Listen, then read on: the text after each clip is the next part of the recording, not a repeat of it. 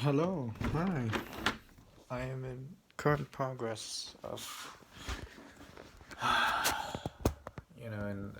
in the magic of YouTube, people would have that cut out. I'm somewhat tired. Hey, there we go. Everything's Gucci. Hey, hi. Official first long video after the like a week hiatus, more or less. So going to Hamburg, the city up north in Germany, very near the ocean. It's actually not that far away, around an hour of a car drive, and you're basically at the ocean. So very much not that far, with a river flowing into it, where most of the cargo shipping goes to there due to the ports being there and everything. Very good for more or less climate activists, as I have been told, due to the fact that the ship more or less has to travel, the cargo ships has to travel 6 to 7 hours, literally carrying tons and tons of shit, as opposed to thousands, if not close to millions of trucks spreading out supplies, due to the fact that everything's really centered in this thing, really in the city. So, to say the least, you have this massive distance where, to say the least, the boat causes very little um, emission to the weight ratio of it, because that's another thing that you more or less have to think about. Yes, everyone's favorite topic, logistics. If you don't know what logistics is, it is basically the art of carrying shit around. That's the best way I can explain it. Logistics in 3 words: A to B, basically. If, say, I don't know, you live in a certain place and you want to get shit from this place to another, how would you do that? That's logistics in a nutshell, basically. And this seeps into everything in our life. Literally everything. I mean, example, this thing. You can more or less buy this at your local Walmart or Target or fucking something. Amazon. How the fuck does this thing get here? That's right, it's made in China. So how the fuck does something made in China reach into the hands of this grubby Vietnamese? That is logistics in a nutshell. And it is a bitch. So more or less, my journey to Hamburg, I have learned comparatively few, but somewhat. I've learned something. I think that's the cool part. The fact that living in the city is extremely expensive, like really fucking expensive. Living near the ocean is not worth it. Um, Bought new earphones, so I decided to use that. Learning history. I read a book called The Rape of Nanking by Iris Chang. I hope someone will bash me in the comments if anyone would watch this that would know anything about that book, about its historical accuracies. In my opinion, yes, it is actually very historically accurate. She does cite a fuck ton of sources, like way too much. The book is on my phone, 588 pages. There's probably a solid 20 page just dedicated to bibliography. A solid, at least. I am saying at least. It is so much. It kind of get would be washy at the end with the extra appendixes, not appendixes, but the like the conclusion words, the included words of her husband, or some of her words, which basically says, "Oh yeah, she died," blah blah blah. Which, yeah, and also overall reading it, it just felt a lot of the time. Yeah, it is extreme. First of all, probably 20 lines into the damn thing, you immediately know, okay, this is written by an American. Not to bash it or anything, but they have a very particular style. Just it's like American movies, a lot of the time caring more about dramatization of something rather than the accuracy of it. However, I must say it is Gucci. It's a pretty Gucci book. It's a pretty nice one. So that was fun. If anyone wants to search up about it, it's called the Nanking Massacre. It is not for the squeamish, to say the least, but it is a fun part of history if you ever want to search up about it. So right now I have a lot to do, which is why I'm so fucking tired. Got coffee and everything, man. I even got my shirt on. Can you see? This is me. Tired. Not so tired to the point that I would collapse from sleep, but tired, to say the least. I didn't do my IA at all, so shit. However, I am learning a lot about military history and other shit like that. I got a lot to learn. I really do. I'm trying to become big brain, my dude. Huge brain. So after, I want to really finish up my history IA, my math IA, and my math EE as quickly as possible. Literally, if possible. Like on the 10th of August, 10 days before we got school again. And in those 10 days, I'm gonna plan out for learning German, Japanese,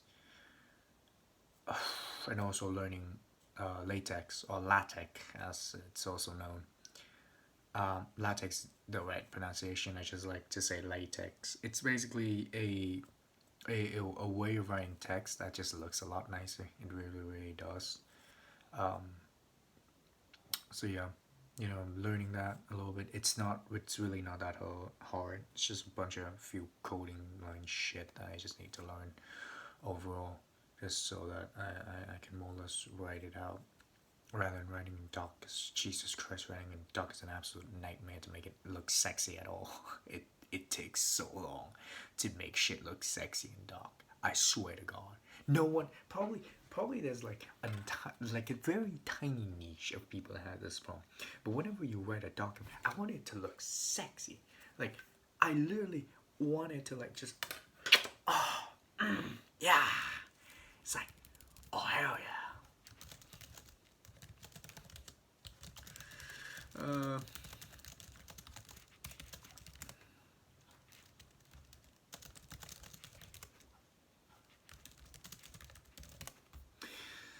So yeah, more or less just texted some dude. Jesus Christ, that sounds wrong. It's just, I want to impress someone, and so I'm learning a fuckload, more or less. I'm trying to learn a fuckload. I want to learn geography. I want to read as many books as possible. Literally, this person makes me want to like climb back into my mom's womb and be rebirthed again, just so that I can learn more, throughout 17 years. Because I do want to actually give one tip at least for today. That in my opinion, become a professional of fucking anything. This is the case argument of mine for people going on social media all the time or some shit like that. Is that the thing about it is that when you become a professional at anything, it at some point, a lot of the time, a professional could be, I don't know, one in art and one in some sciences, two very distinctly different people, to say the least, because on the sciences it's very much focused on the rationale of things, definitely focused on a bunch of other emotional aspects and everything, but however it is focused on a lot of the time on the dry aspects of number and looking at things in a very calculated way. On the other hand, you have someone that, would a lot of the time care more about the interpretation, the emotion of the painter and how they felt and what is conveyed through literal fucking color, which is quite hard to understand more or less. However, despite two things being very far from each other, they both need creativity. They literally need to, a lot of time, no joke, think outlandish thing. The more outlandish it is, the better. Like, this is my argument for literally becoming a professional at anything, because when you become good at something or anything, it has parallels to so many other shit, such as making a good schedule. This is massive. This is fucking massive. When I usually have crashes, which is what I call them, it's when you more or less have this absolute high wave of productivity. Right? You're just like doing and doing and doing and doing, and you just feel as if you're an unstoppable force. You're just working hours and hours, and then you're 4 hours, and you're 6 hours, and you're 8 hours, and you're 10 hours, and you're just learning and learning and learning. You're just like an absolute machine. But the moment you take a goddamn break or something, you immediately lost all that. It's this inertia, it's this momentum that you've lost. The thing about making a good schedule is that you have this consistency throughout. So it's not like, oh my god, I work 10 hours one day and then the next day I barely work at all because I'm so fucking tired. It would be a lot better for you mentally, physically, literally everything else to have consistency. And the thing about it is that becoming a professional or really good at literally fucking anything, I don't care what it is, it could be social media for all I care, forces you, quite frankly, to get all these things. So it gives a lot of parallels to other shit that you might do in the future. Like, say, I don't know, you like to read books about something. That is the thing about humans that is so wonderful in a sense, is that you could become a researcher, a very, very dignified researcher and everything, you know, through literal fucking cartoons. That inspires you. Like, that is the argument for a lot of people about against science videos nowadays, is that it cares more about entertainment rather than education. It cares more about giving you like, oh my god, look at this thing, it's so cool. I think Mark Rober is somewhat, is it Mark Rober? I think, yeah, Mark Rober is the NASA guy, right? Let me just, yeah, he's the NASA guy. And you know, the moment you look at all this thumbnail, you look at all the other shit and everything, you just see like, oh, it's more or less about him creating some cool stuff about like some machinery things, and it's more about entertainment than anything. However, that is like a large argument. However, that doesn't mean it still has a lot of merit.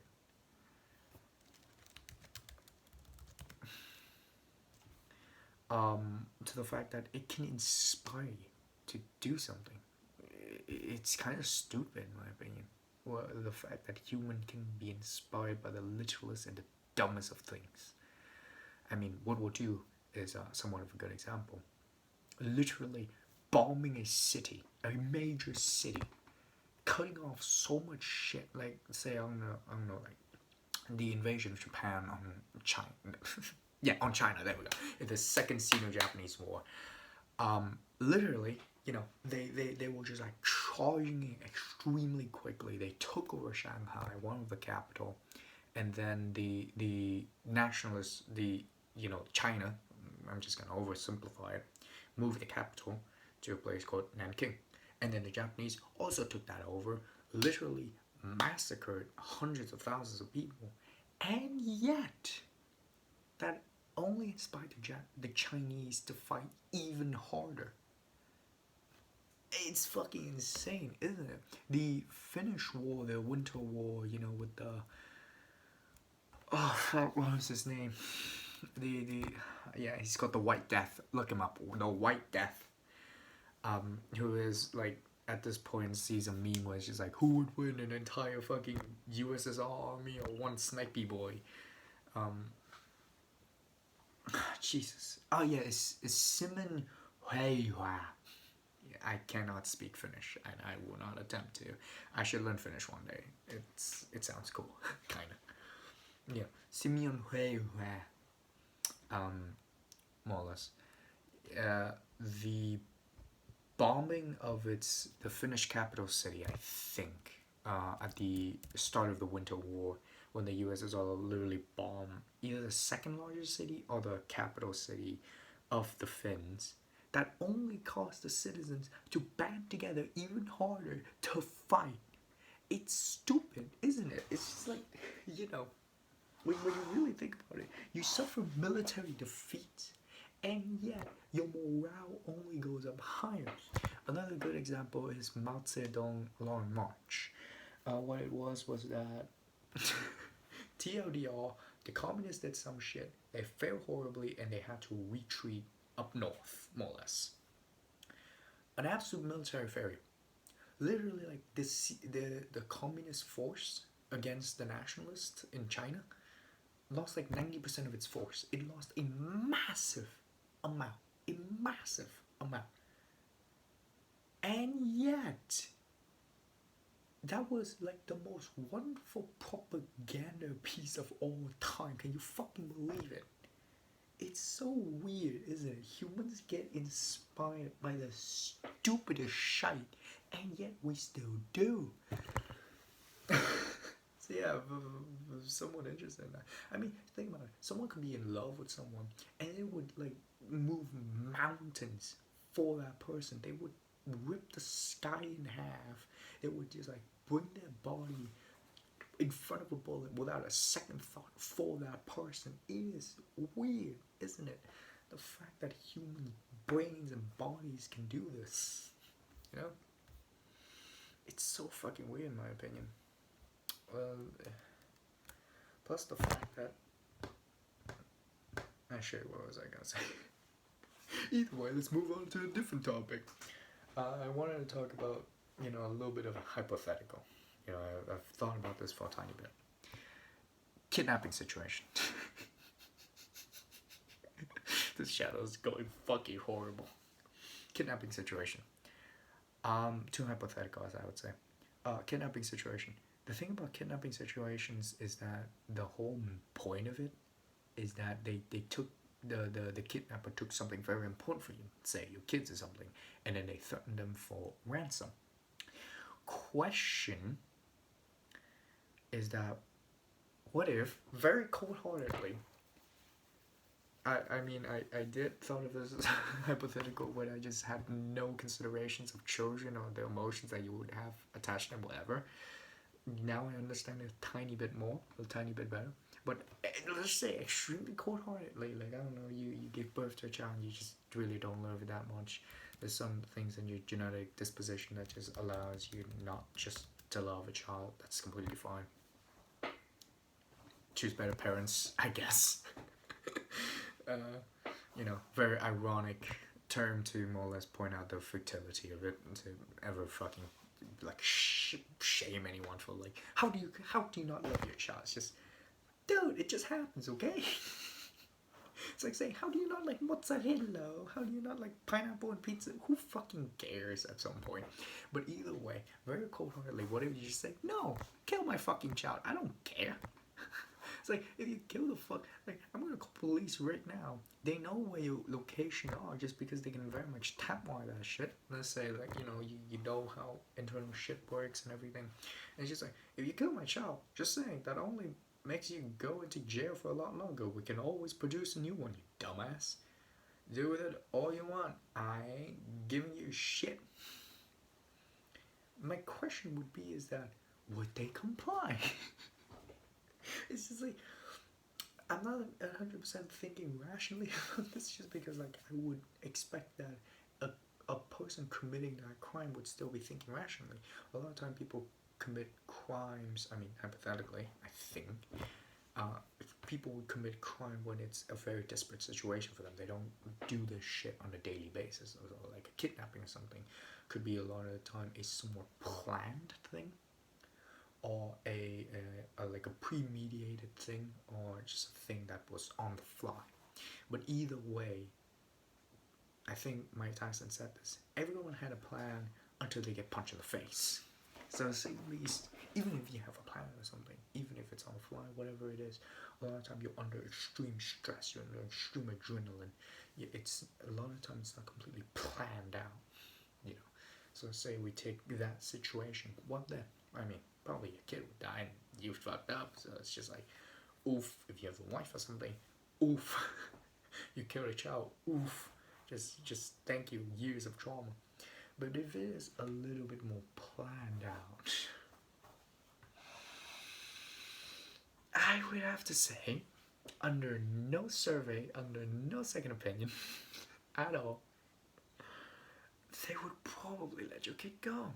And it will probably be the best situation, because they're like, well, shit, the only source of our randomness is fucking gone. So, extremely cold-hearted, but a consideration, wouldn't you say? Okay, second one, but then final one. Revolutions. Let's talk about revolutions a little bit because in Vietnam, hi, I'm Vietnamese. The COVID situation more or less is going extremely south. It is. I mean, yeah, it is going south because of Ho Chi Minh City and shit. It's going south. It's going sour. Everything's fucked. The socialist government is more or less showing out all of its incompetency. The police is showing its general incompetency in general. The thing about it is that my uncle says that, oh my god, our folk, what's a folk? Our citizens, more or less, say citizens rather than folk, because that reminds me of Hitler and saying folk. I don't think he said it like that, but folk. I like doing that. It sounds so dumb, but saying that the general population is ignorant, I wouldn't completely agree with. Because it's just like, no, revolutions can't start even if you're generally ignorant. Because it's just like, uh, the USSR, Russia and everything. Literally, I'm pretty sure most of the citizens were fucking ignorant, but they only care for two things. There's a fucking war going on. It's a crisis situation, number one. And secondly, we're fucking hungry. Yo, we're real hungry. And the thing about it is that the Tsarist regime was exactly that. It was a regime. It was extremely oppressive, to say the least. Any type of revolution was quickly and swiftly just like shot down by the police and everything, by the secret police force and by the army. The thing about it is that the very interesting thing about the USSR, about this Russian Revolution, was that at some point the fucking army just like, fuck no, we're not gonna shoot these guys. Fuck off. Which is what I always thought as a kid. It's just like, I mean, the king only has so much power, right? The tyrant only has so much power because like the whole point of it is that the power comes from the army, right? At the end of the day, violence is always the answer. Right? It comes from the army. And the thing about it is that, I mean, if the army starts revolting, you're fucked.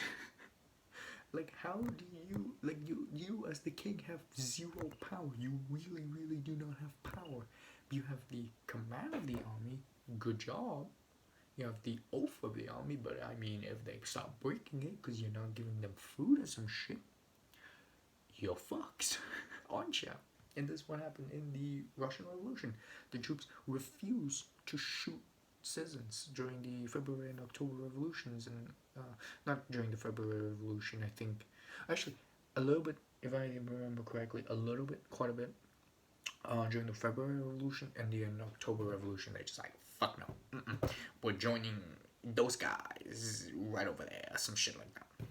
But definitely not all of them, because there was still nationalists, which was what happened in the Russian Civil War. Cool.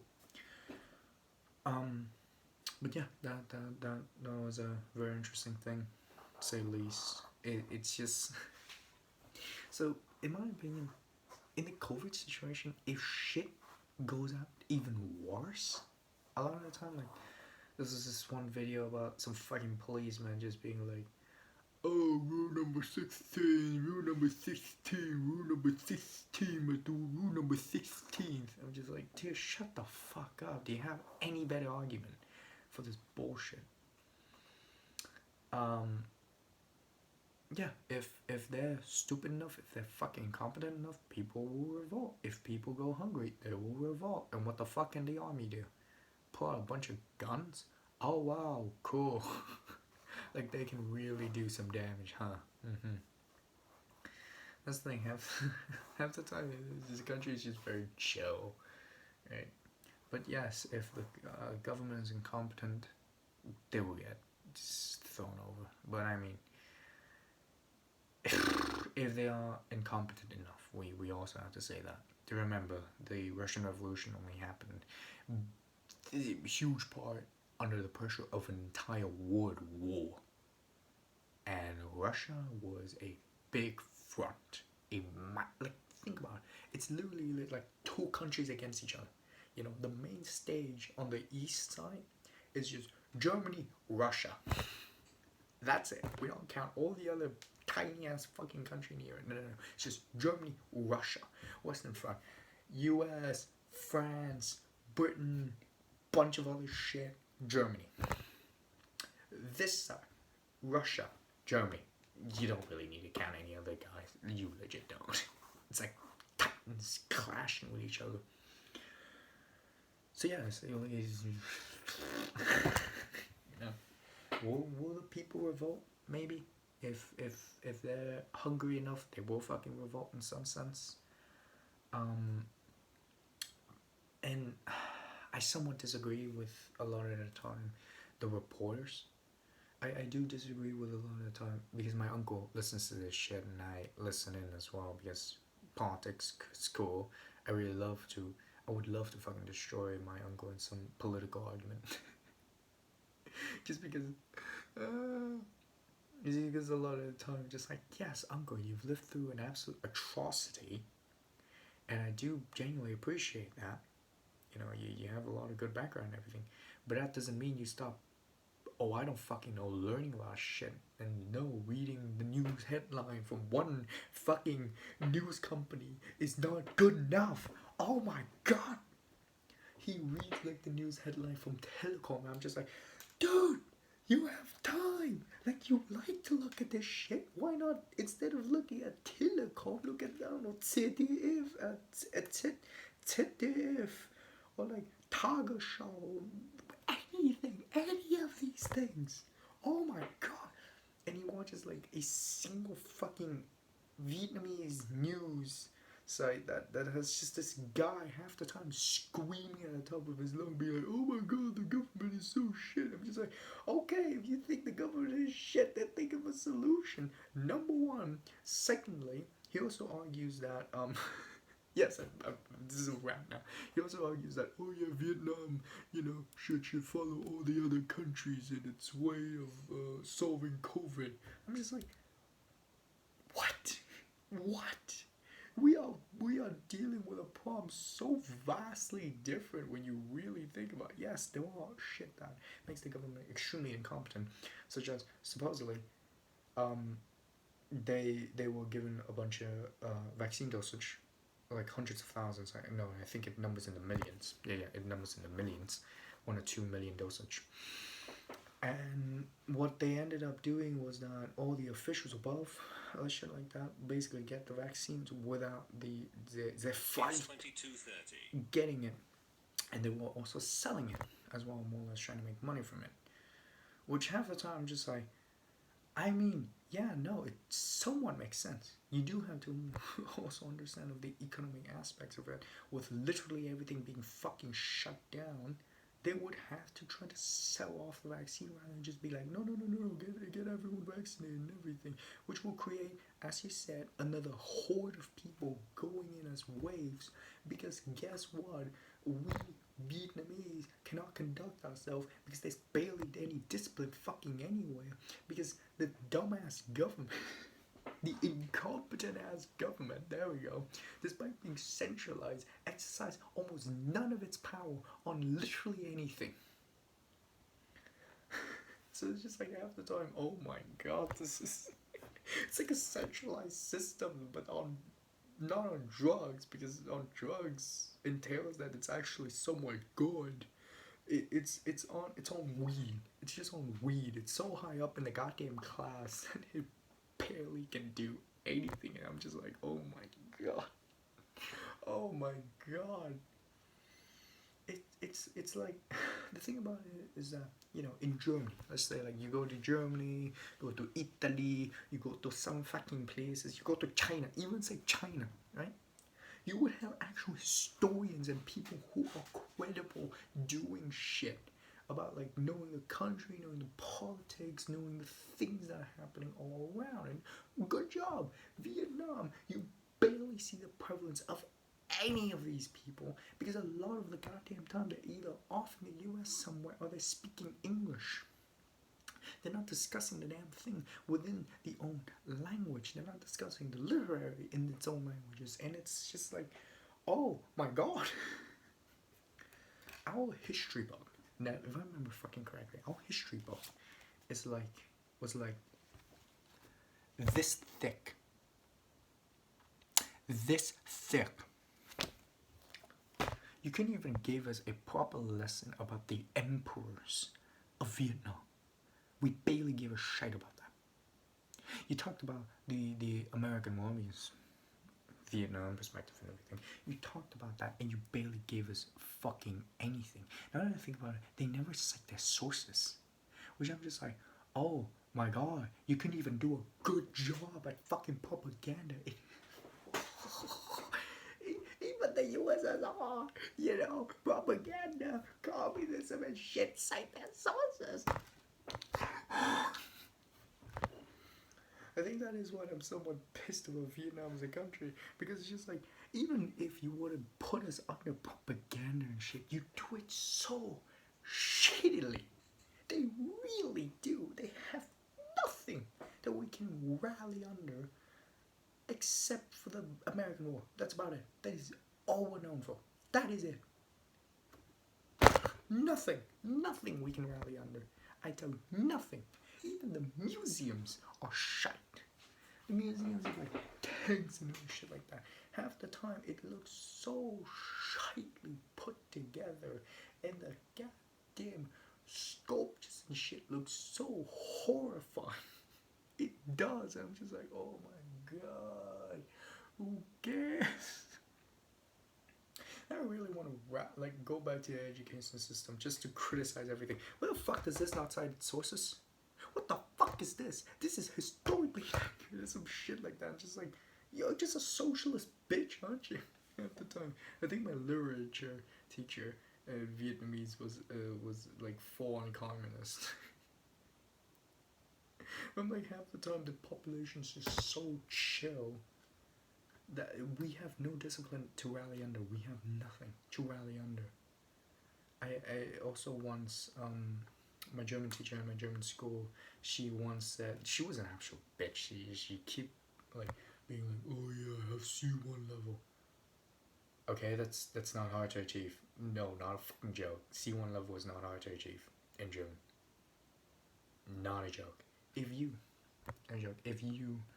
that person over there on the phone that's watching up to 32 minutes, Jesus Christ, I need to end this shit quick. If you want to study German, it will probably take you 3 years. That's not a joke. If you are confident in your speaking ability, then you just start speaking. You start hammering at it. You're consistent with it. You're doing your homework. You actually like the language. You look at all the other shit and you challenge yourself enough. I don't know, like paying for language school is a massive help. A lot of people would say like, oh, it's useless, something. In my opinion, you should try to learn it on your own. However, I know that some people can't do that, and they would rather opt for language school, which I am completely fine with. It is a more or less a much more compounded environment of all the good factors in one place. So in my opinion, yeah, if you have the financial ability to pay for that, and you prefer to go to language school, completely fine. I have nothing against that. That's wonderful. In the first place, that you're trying to learn a new language. Good job. But more or less, it would take you 3 years. Not a fucking joke. Like a damn good grip on German. A damn good grip on the German language. It would probably take you 3 years. An actual C1 certificate, it'll probably take you 4 years. So no, you little bitch, it's not that fucking impressive. And no, I'm not saying like you like your entire life is consumed by the German language. I'm saying like you study right around 2 or 3 hours a day, consistently, or even less than that, if depending on how big brain you are. Yeah, there you go. Like my physics teacher, as the big brain man that he is, literally took like 4 years with a very, sure he has a German wife and everything, he's living in Germany, he has all the documents to do, but he has to use German very little in his day-to-day basis. So just think, and it took him 4 years to get to more or less C1 level. He literally says B2, the B2 test was a joke. So yeah, just basically telling you how not that hard of a language it is. There is a, if you know English, there is a lot of similarity between the two languages. A substantial amount due to the origins and everything. So a lot of the time, no joke, you could actually learn a lot of new words by just looking at the English counterpart that would be exactly the same, or very minor changes. So take that for what you want, more or less. But I'm just somewhat pissed at the incompetency of the government that's going on in Vietnam. Somewhat pissed, not extremely pissed, just because I don't have the news outlet into everything. That is another bad thing about Vietnam. You literally have to get news of the government and all the shit like that through either actual real life contacts or through fucking Facebook. Not the New York Times or some other shit like that has a lot of time compiled a lot of info, some other shit like that. No, you have to go through this shitty ass paperwork that doesn't make sense to most people, because no joke, a lot of time in German or in English, you look through the paperwork, you can actually understand quite a bit of it, or even if you don't understand something, you can look it up something very quickly. Not quite in Vietnamese. I'll tell you fucking this, the literary sense of most Vietnamese are absolute dog shit. Seriously. I have not once read through all those, read through the documents and be like, oh yeah, I understand everything. It's just like half the time, oh my god, what the fuck am I reading? Definitely I need to improve it, just so that I could literally disband this, how stupid, how incompetent the absolute fucking government is. That is the absolute thing that I'm pissed about. It's just like, you have government system that is incompetent on both fronts. They're not good at propaganda, nor are they good at fucking making anything, any decision. So you have this dog shit pile where it's just like the people can have so easy access to information. They can just basically just say, no, the government is shit. However, knowing most people, they won't do shit. For some unknown reason, like, no, the police doesn't carry guns or some shit like that. They have batons. Half of them are fat. Literally, you can arm yourself with a bat and you will be way more effective than whatever the fuck they have. That's not a joke. They hide in bushes. They sit on cars all day. They don't go through military training. They don't. It will, no joke, take a good genetic person 2 years to out-arm just by themselves to most police in Vietnam. That's not a fucking joke. Literally, it is so easy. Is it easy to start a revolution there? No, not quite, because there's other aspects that I have no idea about, like say the mafia or some other shit like that underground. And even then, I'm just like half the time, starting an actual movement to educate the people and other shit like that doesn't sound like too bad of an idea.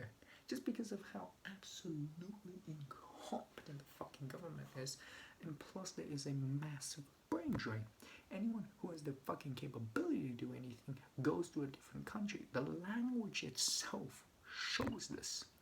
In Vietnamese, a lot of the time, whenever you say put up an argument, say in the history book or something in the English language, you mention a point, you say another point, you say another point, you say another point that reinforces the first point, that also reinforces the second point, that reinforces another point, which in conjunction with this reinforces some other bullshit. So this complex web of connections. Vietnamese, you put out one argument and you say that fucking argument again, but now in bold. So you just scream it and that's it. You don't make any fucking points, and it's just like, oh my god, you have one job.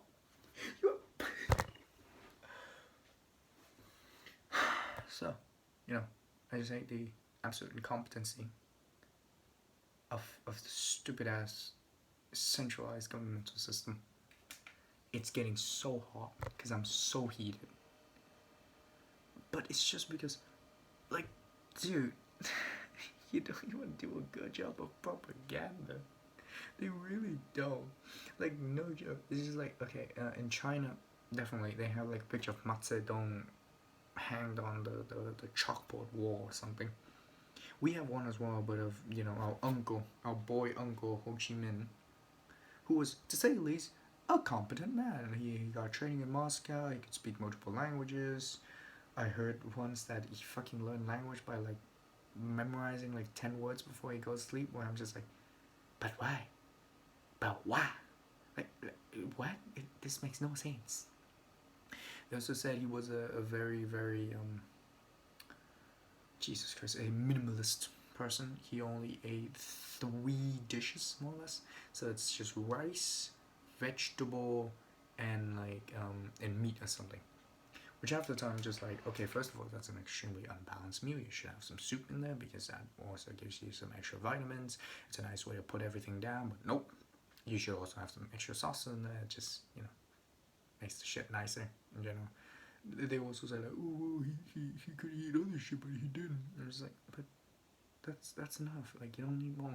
It's nice.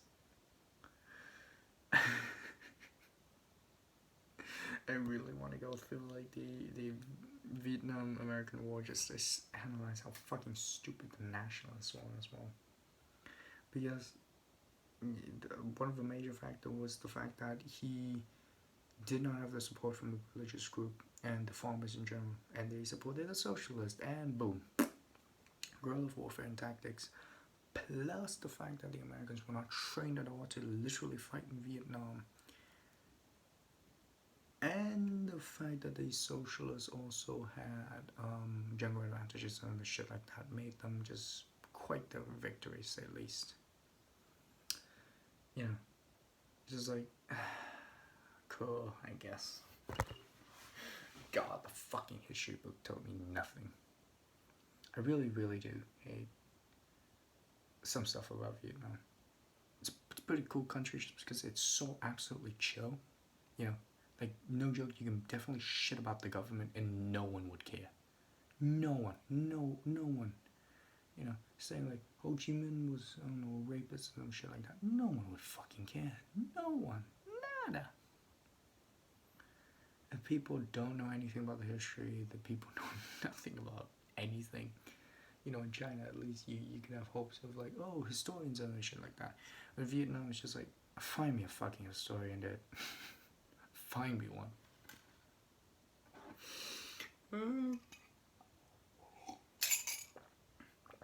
That's the great thing about college. A university level education is that you're not impressed by university level shit anymore, and you're just like, where's your sources? Where's literally fucking anything? These are shit arguments, which I always find really cool. The fact that I'm at the point where I could basically bash on some shit now and more or less try to find info of my own, which is pretty cool, you know. But either way, I've gone on a rant long enough. It is so hot in here. I should take my shirt off. I need to learn. I can't believe this thing went on for 40 fucking minutes. I still want to watch through 2 videos.